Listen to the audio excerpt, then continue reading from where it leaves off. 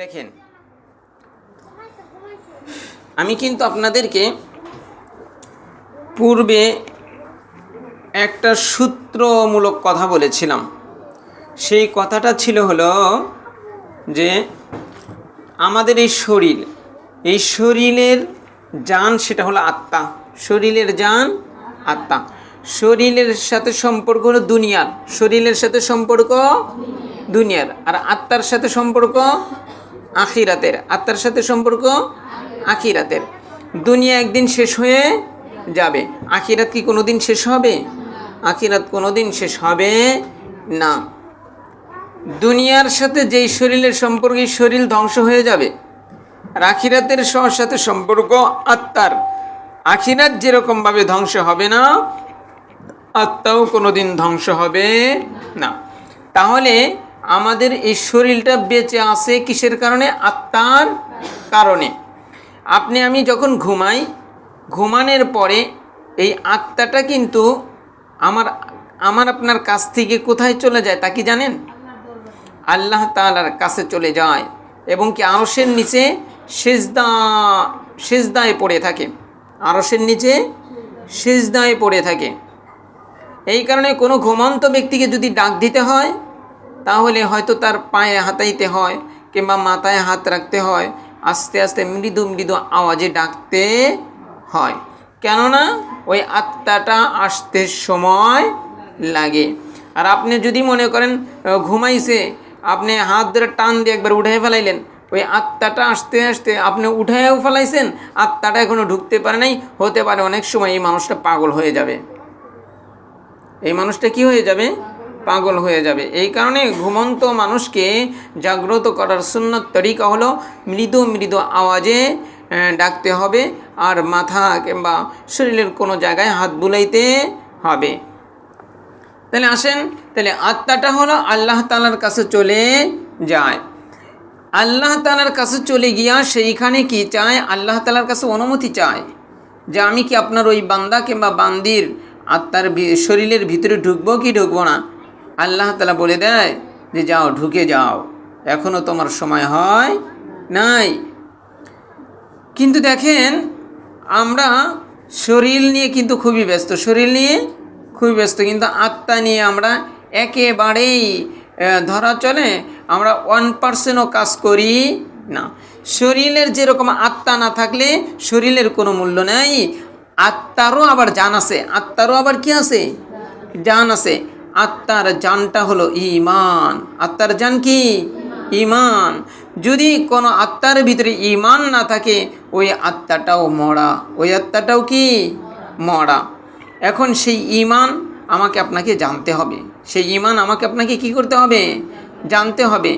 ঈমানটা মনে করিয়েন না যে আপনি আমি মুসলিমদের ঘরে জন্ম নিছি তাই ঈমানদার মোমেন মুসলিম হয়ে গেছি। মারে, এটা এরকম না, এটা এত সহজ না। এই ঈমানকে শিখাইতে গিয়ে আমার আপনার নবী জানাবে মুহাম্মদ রাসূলুল্লাহ সাল্লাল্লাহু আলাইহি ওয়াসাল্লামের দাঁত মোবারক শহীদ করতে হয়েছে কি হয় নাই? তায়েফের ময়দানে পুরো শরীর রক্তাক্ত হয়েছে কি হয় নাই? শুধু তাই না, মক্কায় থাকতে কত যে নির্যাতন সহ্য করেছে, যেটা ইতিহাস যদি আমি আর আপনি সামনে রাখি, চোখের পানি ধরে রাখা যায় না, শুধু এই ঈমান শেখানোর জন্যে। তাহলে আমি আর আপনি এই যে মৃত্যু থেকে, জন্ম থেকে নিয়ে হয়তো কারো 30, কারো 40, কারো 45, কারো 50 বছর হয়ে গেছে, আমরা কি ঈমান নিয়ে কোনো মেহনত করেছি? ঈমান শিখেছি? ঈমান সম্পর্কে আলোচনা করেছি? মারে করি নাই। আমরা মনে করি যে 5 ওয়াক্ত নামাজ পড়লাম, হয়ে গেল, একটু পর্দা করলাম, হয়ে গেল, একটু কোরআন তেলাওয়াত করলাম, হয়ে গেল। মারে, আপনার যেমন মনে করেন শরীরের যদি জান থাকে, আপনার শরীর সেরা কাপড় থাকলেও দাম আছে। আর যদি শরীরের জান না থাকে, আপনার এই শরীরে যদি কোটি টাকার মূল্যের কাপড়ও জড়ানো হয়, এর কোনো মূল্য নাই। অনুরূপভাবে আপনার আত্মার জান ঈমান যদি থাকে, আপনি একবার তাসবিহ পড়বেন, এটা অনেক দাম হবে। আর আত্মার যে জান ঈমান, সেটা যদি না থাকে, আপনি সারা জীবন যদি কোরআন তেলাওয়াত করেন, এক যাররা পরিমাণ সওয়াব হবে না।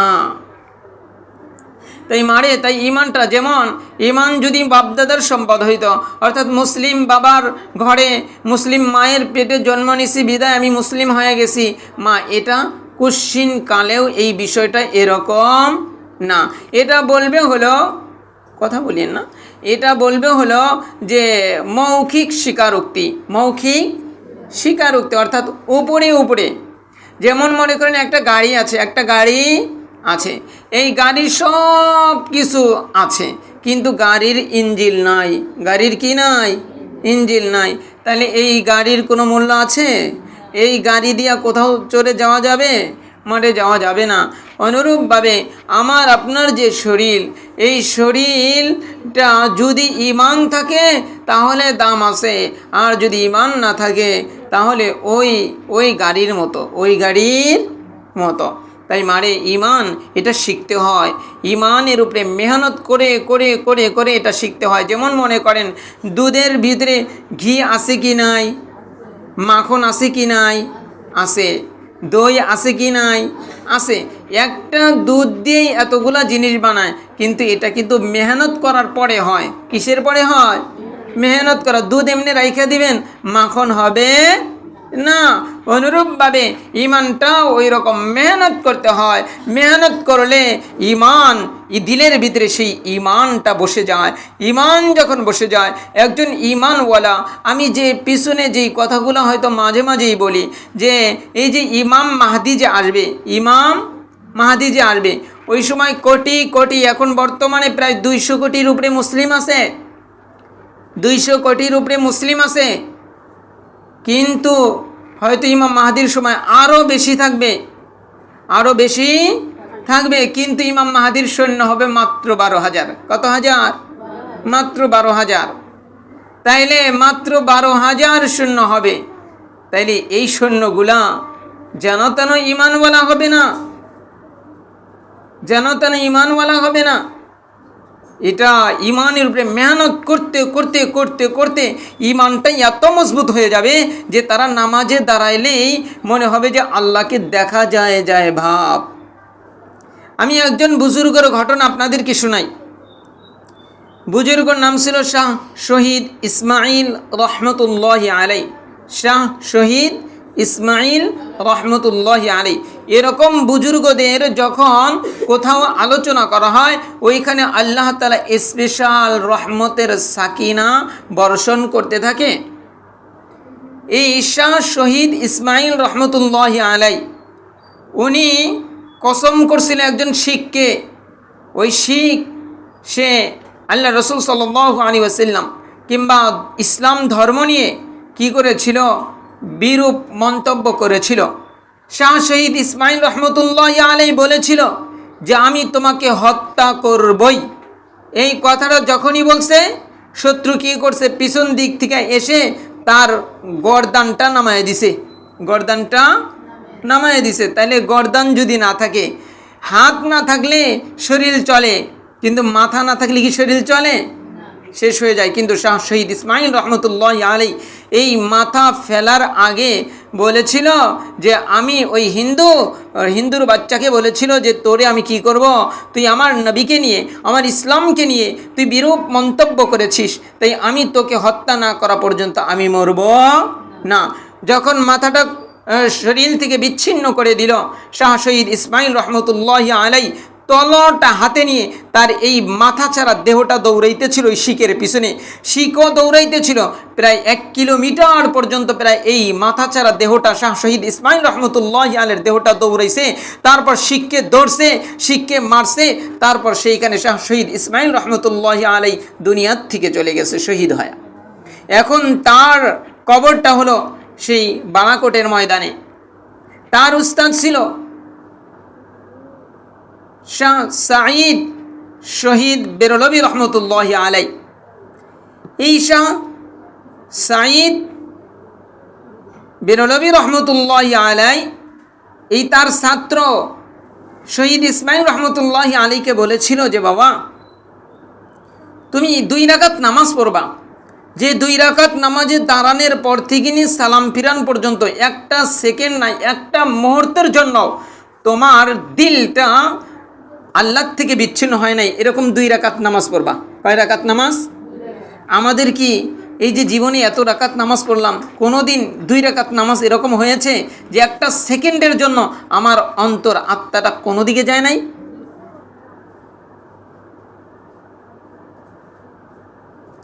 এই বিষয়টা মারে এত সহজ না।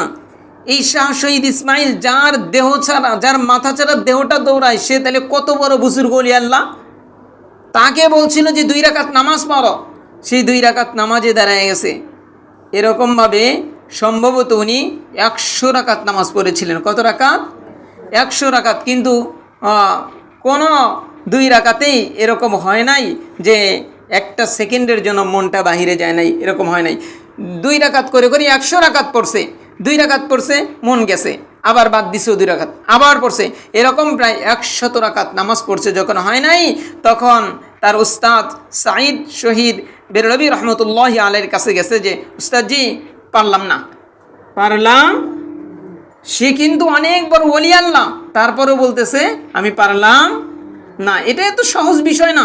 যখন এই স্তরটাও অর্জন হয়ে যাবে, আপনার পাওয়ার পুরা দুনিয়া আর আসমান জমিনে যা কিছু আছে সমস্ত কিছুর পাওয়ারের চেয়ে আপনার পাওয়ার হাজার না কোটিরও কোটি মানে পাওয়ার বেড়ে যাবে।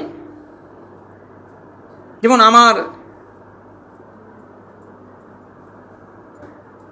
আমার হজরতওয়ালা, আমার যে শায়েখ, আল্লাহ তাআলা তাদেরকে এই স্তরটা মারে দান করছে, যার কারণে কেমন হয়েছে, তাদের জবানটা কেমন হয়ে গেছে যে তার এক শাগরেদ তার কাছে গেছে, হজরতের কাছে গেছে, যাওয়ার পরে বলতেছে হজরত আমার মাটা কঠিন অবস্থা, আমার মায়ের পেটে বিশাল এক টিউমার হয়েছে, মা যন্ত্রণা সহ্য করতে না পেরে মা প্রচণ্ড কান্নাকাটি করে, হজরত আমি তাকে অপারেশনের জন্য ঢাকায় নিয়ে যাচ্ছি, হজরত আপনি একটু দোয়া করিয়েন, আপনি একটু দোয়া করিয়েন।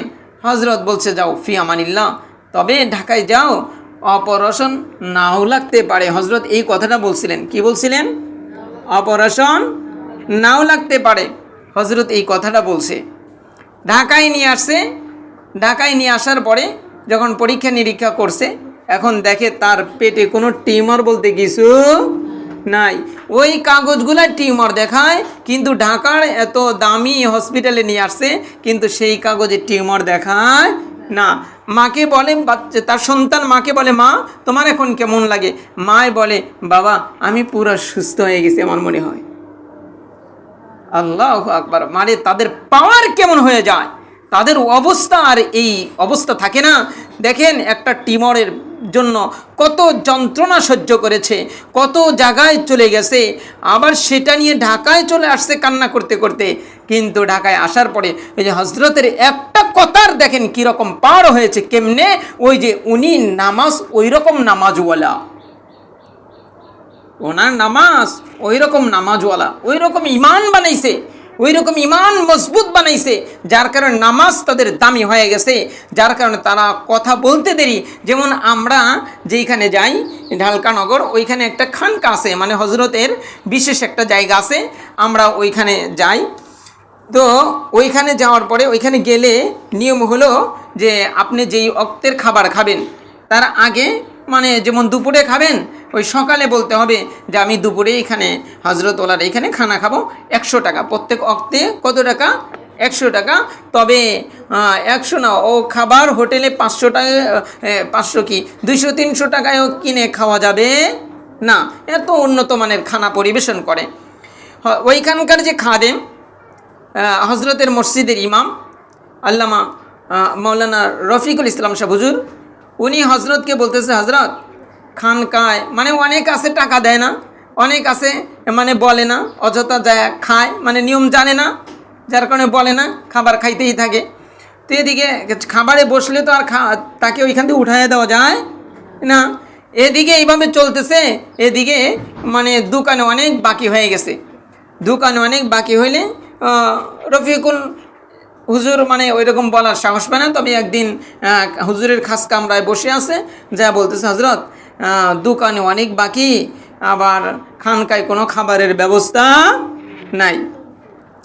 তখন বলতে আমাকে আগে বলবে না? তো হজরত এই কথাটা বলছে। হজরত কথাটা বলার পরে উনি বাইরে চলে গেছে। বাইরে যাওয়ার পরে হজরত বলে দিছে যাও ব্যবস্থা হয়ে যাব। তো হজরতের খাস কামরার থেকে বাহিরে দরজার কাছে আসার পরেই রফিকুল ইসলাম সাহেব হুজুরের ফোন বাইজা উঠছে। আর মানে রিসিভ করার পরেই বলতেছে যে গাড়ি ভর্তি করে এই চাউল পাঠিয়ে দিলাম, চাউলগুলা রেখে দিয়েন।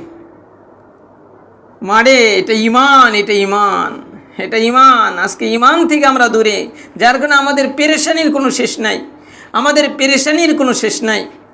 আমার হজরতওয়ালার মাদ্রাসা বিশাল অবস্থা, সেইখানে প্রায় মাদ্রাসায় 1 কোটি টাকার মতো ঋণ ছিল। পরে হজরত এটা বলছে যে মাদ্রাসা অনেক টাকা ঋণ, তো আপনারা সকলেই দোয়া করেন। তো একজন হজরতের এক খাদেম বলতেছে, হজরত আপনি যদি এই খেদমতটা করতে দিতেন আমি 1 কোটি টাকার ঋণ পরিশোধ করে দিতাম। মানে 1 কোটি টাকা কত টাকায় হয়? 100 লাখে 1 কোটি টাকা হয়। তাইলে এটা কেমনে হয়েছে? ইমান ওই রকম ইমান, মজবুত ইমান হয়েছে।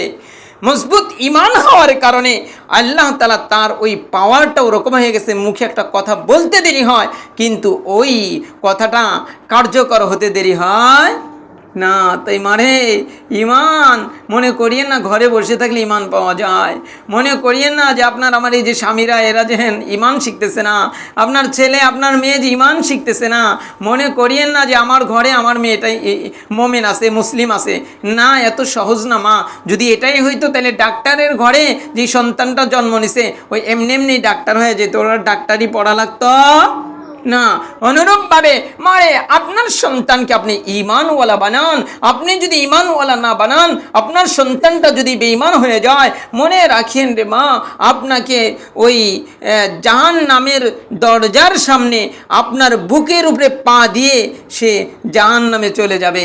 আপনার বুকের উপরে পা দিলে মনে করেন না আপনি জান্নাত পাবেন, আপনি যত বড় তাহাজ্জুদ গুজার হন। আজকে তো আমরা শুধুই দুনিয়াদার হয়ে গেছি, শুধুই দুনিয়া, শুধুই দুনিয়া, দুনিয়া, দুনিয়া, দুনিয়া। মারে দুনিয়া এটা থাকবে না, এটা ধ্বংস হবেই। তাই আপনি আপনার সন্তানকে, যে আপনার ছেলেকে, আপনার মেয়েকে, আপনার স্বামীকে যে আপনি দুনিয়ার পিছনে লাগায় দিছেন, মনে রাখিয়েন না দুনিয়ার পিছনে লাগান নাই, বরং আপনি নিজ হাতে ধ্বংস করে দিয়েছেন। কারণ দুনিয়া ধ্বংস হবে। আপনার সন্তানকে, আপনার স্বামীকে যদি দুনিয়ার পিছনে লাগায় দেন, নিজে যদি দুনিয়ার পিছনে লেগে যান, মনে রাখিয়েন দুনিয়াও ধ্বংস হয়ে যাবে, আপনিও ধ্বংস হয়ে যাবেন। আর আপনি যদি এগুলা ছেড়ে দিয়ে শুধু আখিরাতমুখী হয়ে যান, আখিরাত কোনোদিন ধ্বংস হবে না, আপনিও কোনোদিন ধ্বংস হবেন না।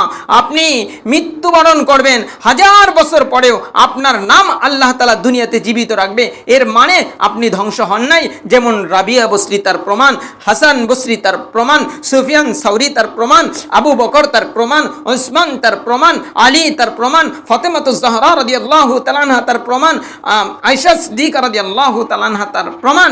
1400-1500 বছর আগে তারা দুনিয়া থেকে চলে গেছে। তাদের নামটা আল্লাহ তাআলা গুরুত্বপূর্ণ কিতাবের ভিতরে তাদের নামটা লিপিবদ্ধ করে রেখে দিয়েছে। কিন্তু মা, আপনি আপনার ঘরে বসে একটু চিন্তা ফিকির করেন, আপনার মায়ের নাম আছে কি নাই? আপনার মায়ের যে মা ছিল তার নাম দুনিয়াতে আছে কি নাই? তার যে মা ছিল তার নাম দুনিয়াতে আছে কি নাই? এই নামগুলা না থাকার কারণই হলো যে তারা দুনিয়ার পিছনে ছুটছিল, দুনিয়াও ধ্বংস হয়ে গেছে, তারাও ধ্বংস হয়ে গেছে, তাদের নামটা নিশ্চিহ্ন হয়ে গেছে।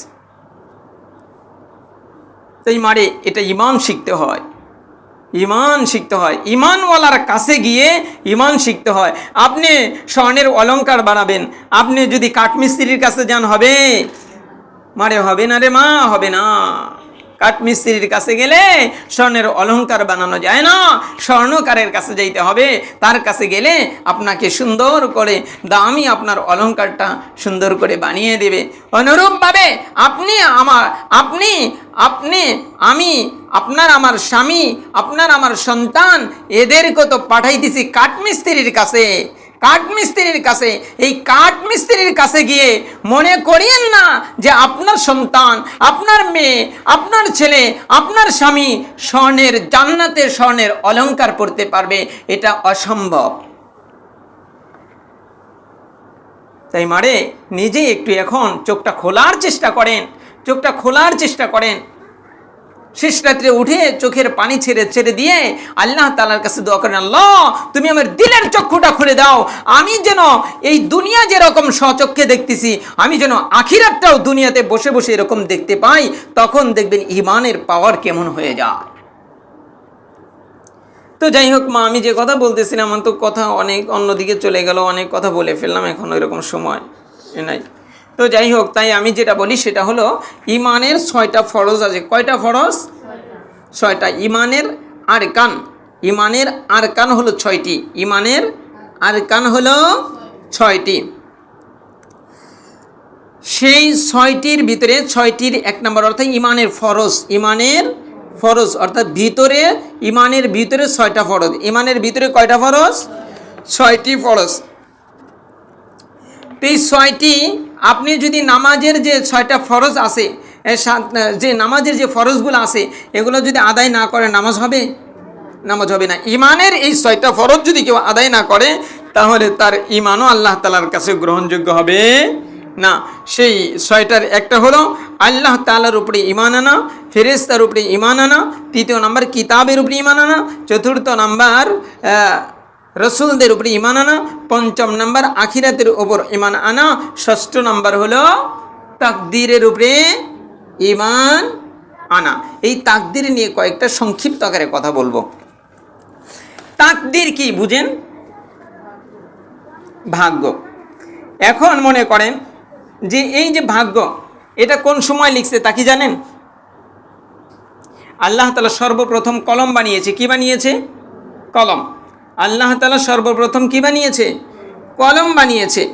এই কলম বানানোর পরে কলমকে বলছে যে কলম তুমি লিখতে থাকো, কলম তুমি লিখতে থাকো। তখন হলো কি লিখছে? কলম কয়েকটা বিষয় লিখছে। একটা হলো আল্লাহ তাআলার কিতাবগুলো লিখছে, 2 নম্বর তাকদীর লিখছে। কি লিখছে?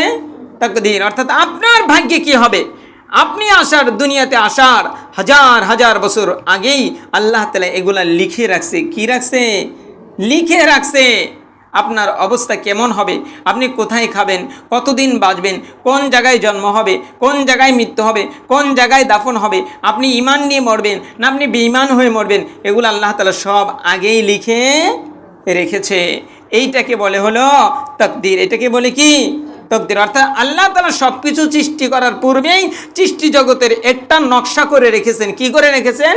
নকশা। সব কিছু পরিকল্পনা করে লিখে রেখেছেন। এই নকশা বা পরিকল্পনাকে তাকদীর বলে। এই নকশা বা পরিকল্পনাকে কি বলে? তাকদীর বলে। এখন বুঝেন, তাকদীরটা 2 প্রকার। কত প্রকার?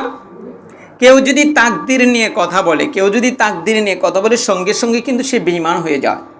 সঙ্গে সঙ্গে একবারে সেকেন্ডের ভিতরে সে বেঈমান হয়ে যায় এবং সেকেন্ডের ভিতরে সমস্ত আমলগুলা বরবাদ হয়ে যায়। অর্থাৎ পিছনে আপনি মনে করেন 10 বছরের ইবাদত ছিল, এক কথায় 1 সেকেন্ডে সমস্ত আমলগুলা কি হয়ে যায়? বরবাদ হয়ে যায়। যেরকমভাবে মোবাইলে মনে করেন 100 নাম্বার সেভ করে রাখছেন, এখন ওয়াল ডিলেটে চাপ দিলেন, তাহলে কয় সেকেন্ডে শেষ? এরকম কেউ যদি এই তাকদীর নিয়ে কথা বলে সেকেন্ডেই পিছনের সমস্ত আমল বরবাদ হয়ে যায়। তাই আমল জরুরি নাকি আমল সংরক্ষণ করা জরুরি? আমল সংরক্ষণ করা জরুরি। তাইলে এই তাকদীর প্রথমত 2 প্রকার। একটা তাকদীরকে তাকদীরে মুবরাম বলে। কি বলে? তাকদীরে মুবরাম। আর একটা তাকদীরে মুআল্লাক বলে। কি বলে? মুআল্লাক। তাকদীরে মুবরাম হলো এমন তাকদীর যেটা কোনোদিন পরিবর্তন হবে না, আর তাকদীরে মুআল্লাক এমন তাকদীর যা কোনো আমলের কারণে কি হয়? পরিবর্তন হয়ে যায়। অর্থাৎ তাকদীরটা ঝুলন্ত থাকে। কি থাকে? ঝুলন্ত থাকে। অর্থাৎ তাকদীরে এরকমভাবে লেখা আছে যে আপনি এই কাজ, অর্থাৎ এই কাজ এরকমভাবে করলে আপনার এরকম হবে, আপনি এরকমভাবে করলে এরকম হবে। আপনাকে আল্লাহ তাআলা 2টা রাস্তা দেখাইছে।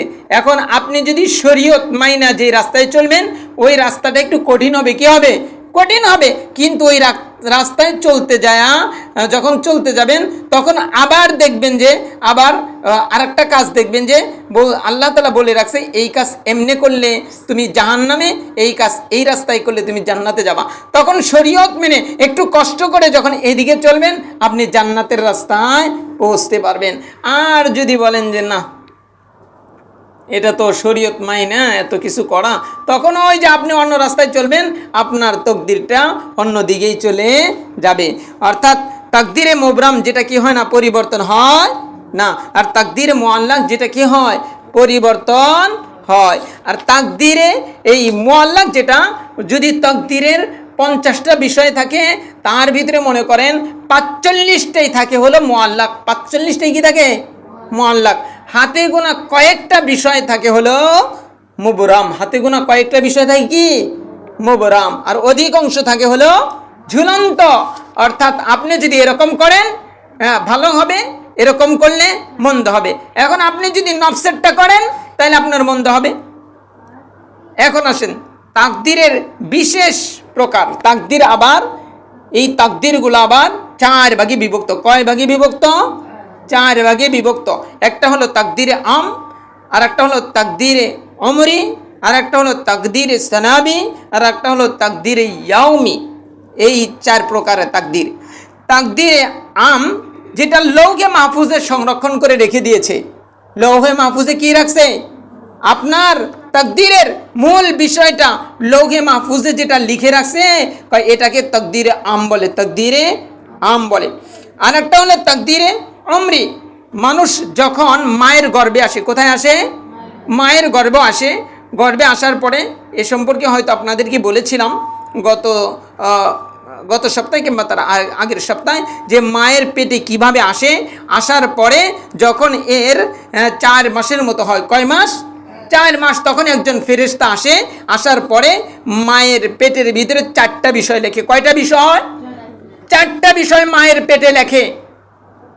এই মায়ের পেটে ফেরেশতা আসার পরে যেই 4টা বিষয় লিখলো, এই 4টা বিষয়কে তাকদিরে অমরি বলে। এই তাকদিরে কি বলে? অমরি। 4টা বিষয় কি? 1 নাম্বার তার রিজিক। তার কি? রিজিক। আজকে সারা জীবন আমরা রিজিকের পিছনে মেহনত। আমার সন্তানকে 10-15 বছর লেখাপড়া করে রিজিকের জন্য। আরে রিজিক আল্লাহ তাআলা আপনি লেখাপড়া না করাইলেও রিজিক যেটা পাওয়ার সেটা পাবেই। কিন্তু আমরা রিজিককে করে ফেলাইছি যে আমার স্বামীকে বিদেশ পাঠাইতে হবে, আমার স্বামী ভালো একটা চাকরি পাওয়া লাগবে, আমার সন্তানকে ভালোভাবে লেখাপড়ায় জজ ব্যারিস্টার বানাইতে হবে, তাইলে সেন আমার এই জজ ব্যারিস্টারের সাথে রিজিকের সম্পর্ক। কয় না, কখনো না। আল্লাহ তাআলা রিজিক আপনি এইখানে কপালের ভিতরে আল্লাহ তাআলা লিখে রেখে দিয়েছে যে আপনার কতগুলা খাবার খাবেন, কত টাকার মালিক হবেন, এটা লিখে দিয়েছে। আপনি যদি মনে মিথর হন, আল্লাহ তাআলা আপনাকে ওই সম্পদের মালিক বানাবেই। আর আপনি যদি ব্যারিস্টার হন, যেটা লেখা আছে আপনাকে ওটা কি হবে, আপনার সেটা আসবেই। তবে মনে রাখিয়েন, আল্লাহ তাআলা লিখে রাখছে 1 লক্ষ। আপনি যদি 1.5 লক্ষ টাকার মালিক হন, দুনিয়া আখিরাত ভুলে গিয়া দুনিয়ার পিছনে মেহনত করতে করতে আপনি 1.5 লক্ষ টাকার মালিক হলেন, মনে রাখিয়েন আপনি ওই যে 50,000 টাকা যে অতিরিক্ত আসলো, এটা আপনার গজব টেনে আনলো। অর্থাৎ আপনার এমন অসুখ হবে কিংবা আপনি এমন বিপদে পড়বেন, ওই 50,000 টাকা জলে চলে যাবে। কোথায় চলে যাবে? জলে। কারণ ওই 50,000 টাকা আপনার তকদিরে ছিল না। আপনি দুনিয়ার পিছনে বেশি মেহনত করার কারণে আল্লাহ তাআলা ওইটা দিছে, টাকা দেয় নাই, বরং আপনাকে বিপদ দিছে, ধ্বংস দিছে।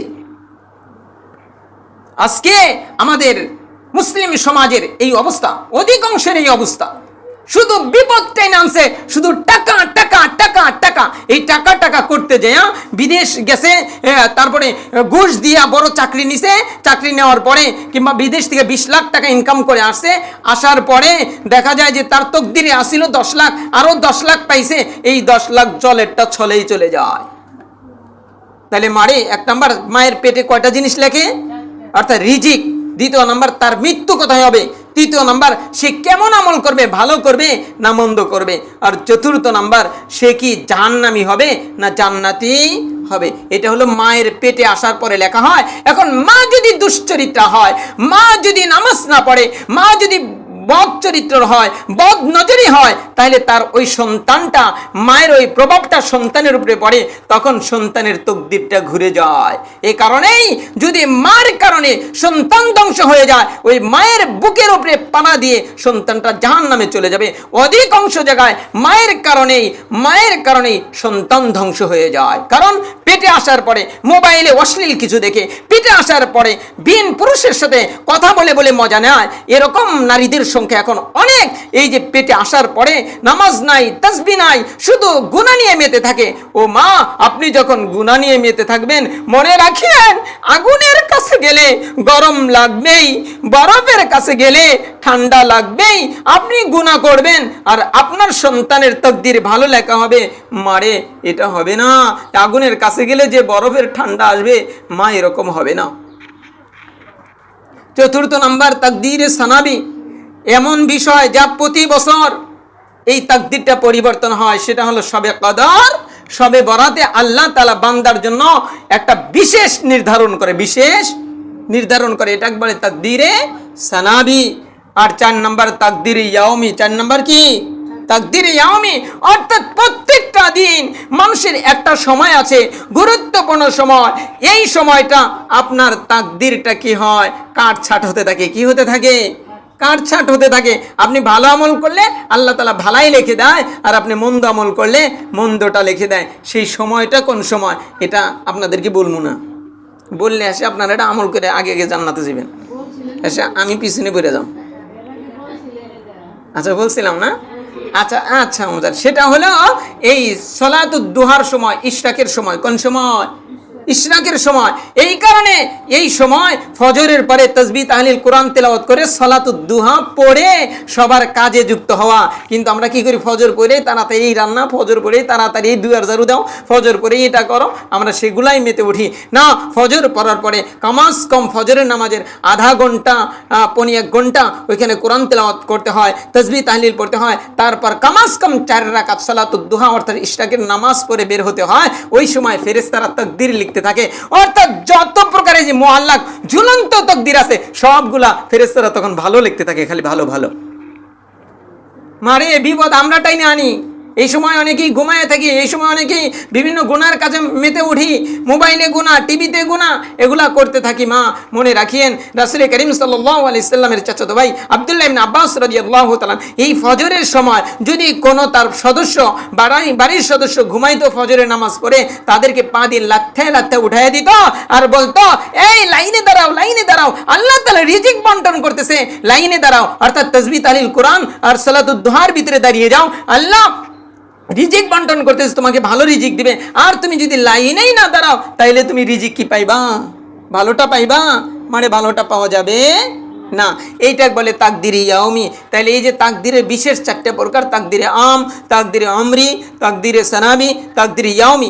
এই 4টা তাকদীরের একটা তাকদীরে আম যেটা, অর্থাৎ লৌহে মাহফুজে যেটা লিখে রাখছে, ভাই এটা পরিবর্তন হবে না। কিন্তু তাকদীরে ওমরি অর্থাৎ মায়ের পেটে যেটা লেখা হয়, আর শবে কদর, শবে বরাতে যেটা লেখা হয়, প্রত্যেকদিন সকালবেলা যেটা লেখা হয়, ভাই এই 3টা তাকদীর হলো তাকদীরে মুআল্লাক, অর্থাৎ এগুলা পরিবর্তন হয়। তাহলে মারে দেখেন, এই যে তাকদীর নিয়ে আরও অনেকগুলো কথা আছে, এটা পর্যায়ক্রমে আমরা বলবো ইনশাল্লাহ। তাহলে আমরা মোটামুটিভাবে তাকদীরের প্রকারগুলো তো একটু হলেও বুঝলাম। তাকদীর কেমনে লেখে, কোথায় লেখে, কোন তাকদীর পরিবর্তন হয়, কোন তাকদীর পরিবর্তন হয় না। আমরা তো মনে করেন সব কিছুই বলি আমার কপালে লেখা ছিল, কিন্তু লেখা তো আসিল, ওই লেখাটা পরিবর্তনও হওয়ার মধ্যেই ছিল না পরিবর্তন হওয়া ছাড়া ছিল? হতে পারে আমার ওটা পরিবর্তনের মধ্যে ছিল, কিন্তু আমার গুনার কারণে ওটা কি হয়ে গেছে? অকল্যাণমূলক হয়ে গেছে। আল্লাহ তাআলা আমাকে আপনাদের সকলকে এই তাকদীরের বিষয়গুলা খুব জটিল ও কঠিন, কিন্তু তারপরেও আল্লাহ তাআলা যেন সত্যটা বুঝে আমরা সেটার উপরে ঈমান গ্রহণ করে পাক্কা ঈমানদার হয়ে আল্লাহ তাআলার সান্নিধ্যে যেন চলে যেতে পারি। আল্লাহ তাআলা আমাকে আপনাদের সকলকে তৌফিক দান করেন। ওমা আলাইনা ইল্লাল বালাগ। আমার কথার বলার ভঙ্গিমায় যদি কষ্ট পেয়ে থাকেন, আল্লাহর রাস্তায় ক্ষমা করে দেন। আসসালামু আলাইকুম ওয়া রাহমাতুল্লাহ।